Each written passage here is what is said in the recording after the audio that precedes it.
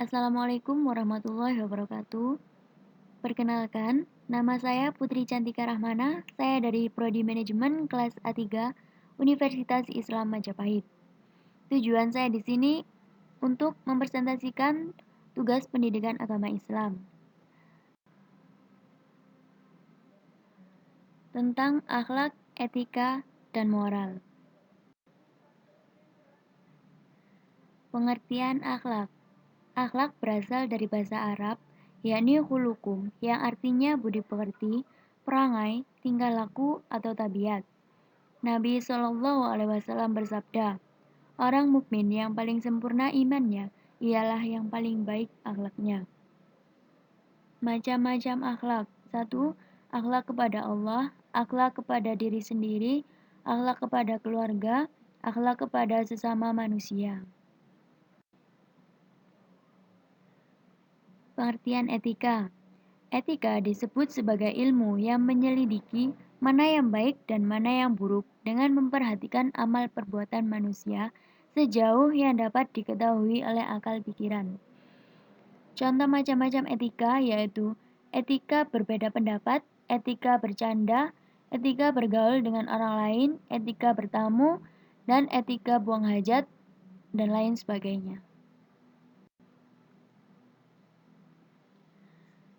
Pengertian moral.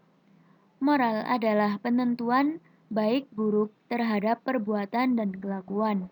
Istilah moral biasanya dipergunakan untuk menentukan batas-batas suatu perbuatan, kelakuan, sifat, dan perangkai dinyatakan benar, salah, baik, buruk, layak atau tidak layak, patut maupun tidak patut. Moral berkaitan dengan moralitas. Moralitas adalah sopan santun. Segala sesuatu yang berhubungan dengan etiket atau sopan santun. Ruang lingkup akhlak. A. Akhlak pribadi. Yang paling dekat dengan seseorang itu adalah dirinya sendiri. Maka hendaknya seseorang itu menginsyafi dan menyadari dirinya sendiri. Karena hanya dengan insyaf dan sadar kepada diri sendirilah pangkal kesempurnaan akhlak yang utama, budi yang tinggi. B. Akhlak berkeluarga. Akhlak ini meliputi kewajiban orang tua, anak, dan karib kerabat. Kewajiban orang tua terhadap anak dalam Islam mengarahkan pada orang tua dan pendidik untuk memperhatikan anak-anak secara sempurna. Dengan ajaran-ajarannya bijak, Islam telah memerintahkan kepada setiap orang yang mempunyai tanggung jawab untuk mengarahkan dan mendidik, terutama bapak-bapak dan ibu-ibu, untuk memiliki akhlak yang luhur, sikap lemah lembut, dan perlakuan kasih sayang. C. Akhlak bermasyarakat. Tetanggamu ikut bersyukur jika orang tuamu bergembira dan ikut susah jika orang tuamu susah. Mereka menolong dan bersama-sama mencari kemanfaatan dan menolak kemudorotan. Orang tuamu cinta dan hormat pada mereka, maka wajib atasmu mengikuti ayah dan ibumu, yaitu cinta dan hormat pada tetangga. D. Akhlak bernegara. Mereka yang sebangsa denganmu adalah warga masyarakat yang berbahasa yang sama denganmu, tidak segan berkorban untuk kemuliaan tanah airmu. Engkau hidup bersama mereka dengan nasib dan penanggungan yang sama. E. Akhlak beragama. Akhlak ini merupakan akhlak atau kewajiban manusia terhadap Tuhannya. Karena itulah, ruang lingkup akhlak sangat luas, mencakup seluruh aspek kehidupan, baik secara vertikal dengan Tuhan maupun secara horizontal dengan sesama makhluk Tuhan.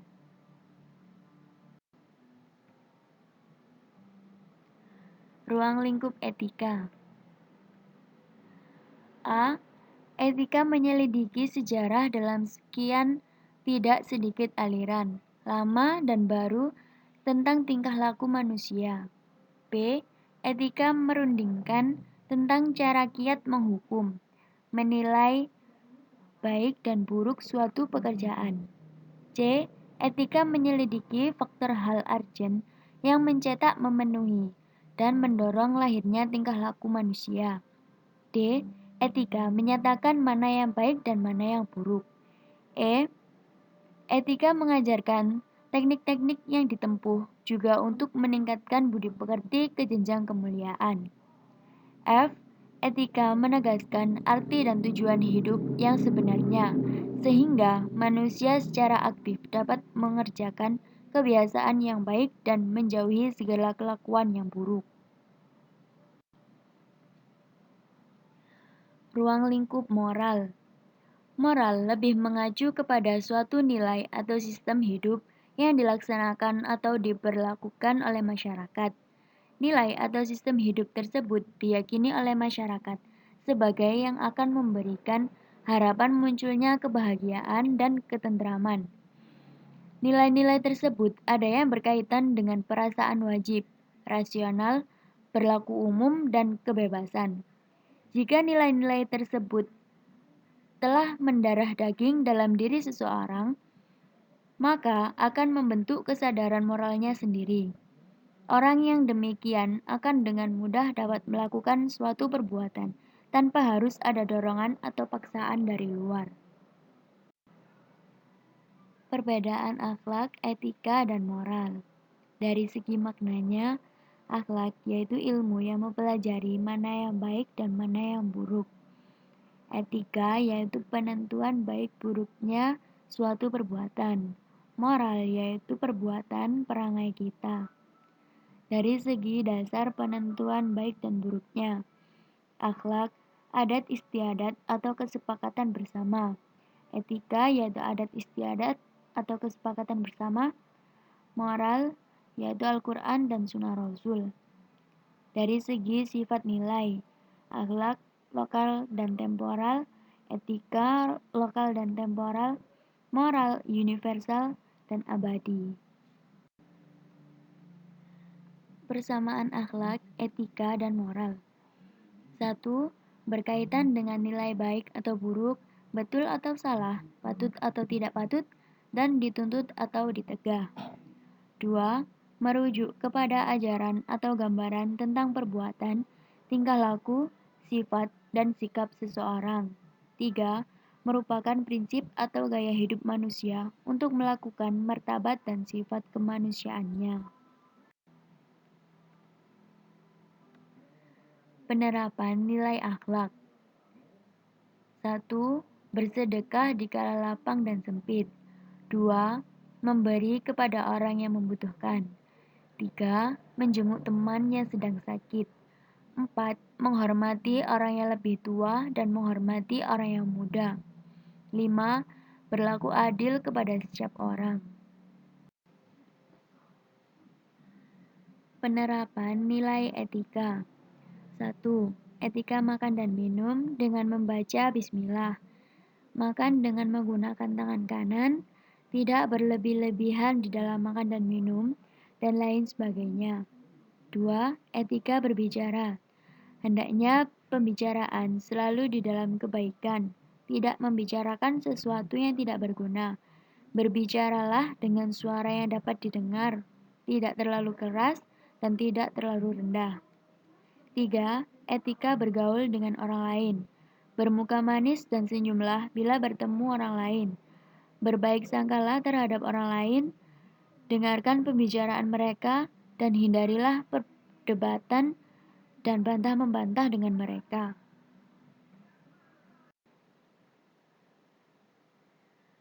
Penerapan nilai moral. 1. Tidak membuat kerusuhan. Kerusuhan juga dapat diartikan kondisi di mana nilai moral tidak berfungsi. Maka dari itu, contoh moral untuk menjaga lingkungan yang tentram. 2. Menaati peraturan yang ada. Peraturan dibuat untuk ditaati dan bukan dilanggar. Contoh moral misalnya saja menaati peraturan lalu lintas agar tidak kecelakaan di jalan.